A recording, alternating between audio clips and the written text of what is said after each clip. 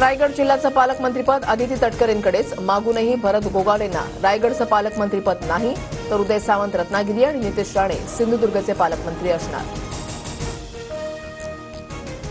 रायगडच्या पालकमंत्रीपदावरून महाडमध्ये राडा, भरत गोगावलेंना डावलल्यानं शिवसैनिक संतप्त, शिवसैनिकांकडून मुंबई गोवा महामार्गावर टायर जाळून निदर्शनं.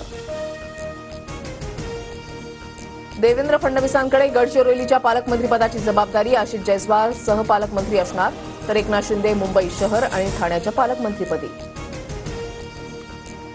छत्रपती संभाजीनगरमध्ये आज जनआक्रोश मोर्चा, संतोष देशमुखांचे कुटुंबीय मोर्चामध्ये सहभागी होणार. देशमुख कुटुंबीय मस्सा चौकवरून छत्रपती संभाजीनगरकडे रवाना. मराठा समाजातील कुठलाही माणूस स्वतःला कुणबी म्हणून घेणार नाही, आम्हाला कुणबी आरक्षण नको, भाजप नेते नारायण राणेंचं वक्तव्य.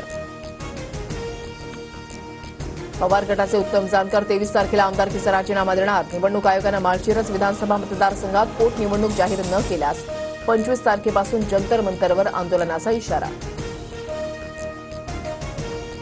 एसटी बँकेमध्ये 150 कोटींचा घोटाळा, संचालकांनी 43 लाख सदावर्तेंच्या पत्नीच्या खात्यामध्ये टाकले. एसटी कामगार संघटनेचे अध्यक्ष संदीप शिंदेंचा आरोप, तर सदावर्तेंनी आरोप फेटाळले.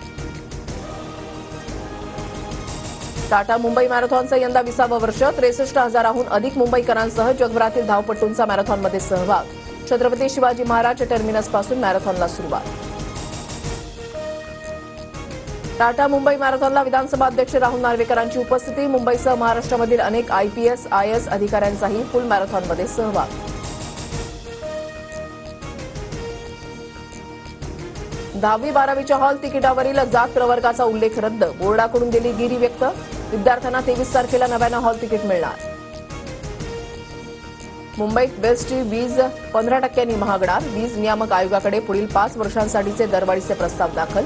टाटा पॉवर आणि अदानी इलेक्ट्रिसिटी पुढील वर्षापासून दरवाढ करणार. मुंबईतील वानखेडे स्टेडियमचा आज 50वा वर्धापन दिन. वानखेडेवर सुवर्ण महोत्सव सोहळ्याचं आयोजन.